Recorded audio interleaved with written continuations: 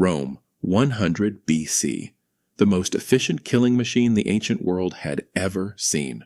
Not because of superior weapons, not because of superior numbers, because of a system so rigid, so relentlessly drilled that it turned farm boys into a single organism that moved as one. A single legion could march 20 miles, build a fortified camp, and be ready to fight a battle the next morning. Every single day. For years.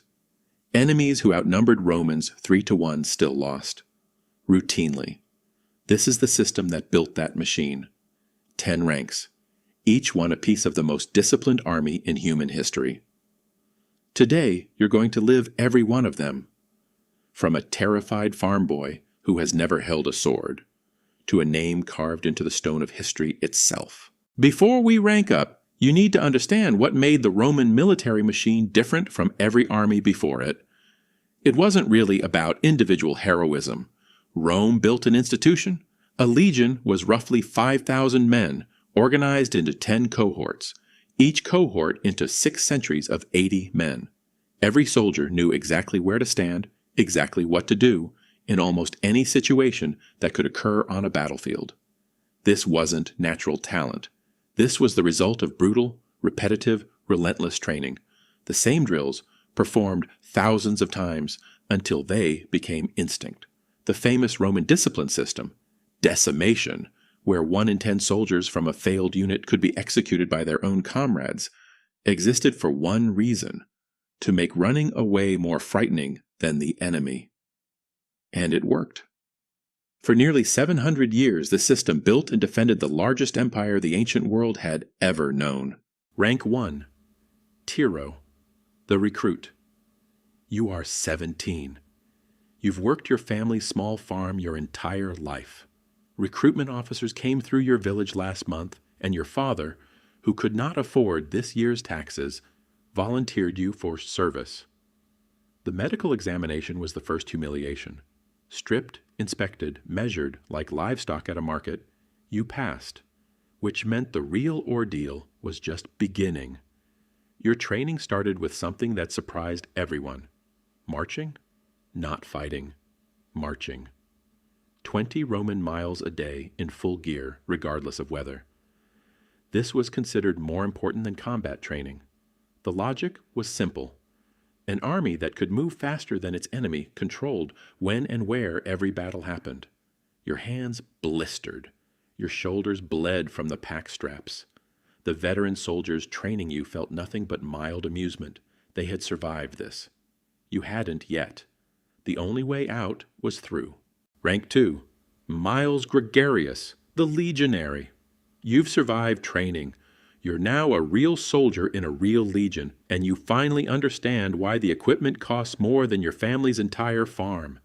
Your shield, the scutum, is not just defense. It's a weapon system, curved, layered wood designed to lock with the shields beside you. Your sword, the gladius, is short, 18 inches, because in a packed shield wall, a long sword is useless. A short stabbing blade is devastating. Your pack weighs nearly 70 pounds. Tools, rations, spare equipment, and your share of materials to build the knight's camp. This is why Roman soldiers were nicknamed Marius's Mules, after the general who standardized this brutal load-bearing system. As a legionary, your first real battle teaches you something no training ground ever could. Fear doesn't disappear. You just learn to function through it. The man beside you becomes the most important person in your life. His shield protects your exposed side, yours protects his. You survive your first engagement, not through heroism, through trust in a system bigger than yourself. Rank 3. Duplicarius, the double pay soldier. You've survived 3 campaigns, your equipment is paid for, and for the first time, a centurion has noticed your name. Duplicarius meant exactly what it sounds like. Double pay. But it also meant double responsibility. You were now trusted with specialized roles: a standard bearer, a trumpeter, a drill instructor for new recruits, or a member of the Legion's small cavalry scouting force. If you became a standard bearer, an aquilifer, or signifer, You carried something more valuable than your own life, the legion's eagle. Losing the eagle in battle was considered such a catastrophic disgrace that entire legions were sometimes disbanded after it happened. As a trainer, you now inflicted on recruits the exact suffering you once endured, and you finally understood why it had to be this hard. A soldier who panics in training panics in battle. Better to break them here, where the only cost is pride. Rank 4. Decanus, the squad leader. You now lead a contubernium, 8 men who share a tent, share meals, and share a 50-50 chance of dying together. This wasn't an officer rank technically, but practically you were responsible for everything: discipline, morale, equipment checks, and making sure your 8 men functioned as a single unit. The Roman military understood something modern armies still teach. Soldiers don't fight for empires, they fight for the man beside them. Your 8 men became closer than family. You knew which one had a sick mother back home, which one couldn't swim, which one talked in his sleep. In battle, this knowledge became tactical. You knew exactly where to position each man for maximum effectiveness. And when one of them fell, you were the one who had to write the letter home. Rank 5. Aeptio, second in command. You now serve directly under a centurion, commanding 80 men when he is occupied elsewhere. The Optio carried a distinctive weapon, a long wooden staff called a haystyle, used for one specific and brutal purpose: striking soldiers who broke formation or hesitated in the shield wall. This wasn't cruelty. In a shield wall, one gap could mean death for everyone beside it. The Optio's job was making sure that gap never appeared. You also managed the century's logistics: pay records, equipment requisitions, leave requests, and disciplinary reports. The Roman army's administrative precision was as impressive as its battlefield discipline. Every soldier's pay, equipment, and conduct was meticulously documented. As Optio, you were being groomed for the next rank, and every centurion above you was watching closely how you handled both authority and pressure. Rank 6. Centurio. The centurion. You command 80 men. You are the backbone of the entire Roman military system. Unlike most ancient armies, where officers commanded from the rear, Roman centurions led from the front line, in the most dangerous position in any formation. Historical records show centurion casualty rates were significantly higher than common soldiers. Leadership meant being first into danger, not last.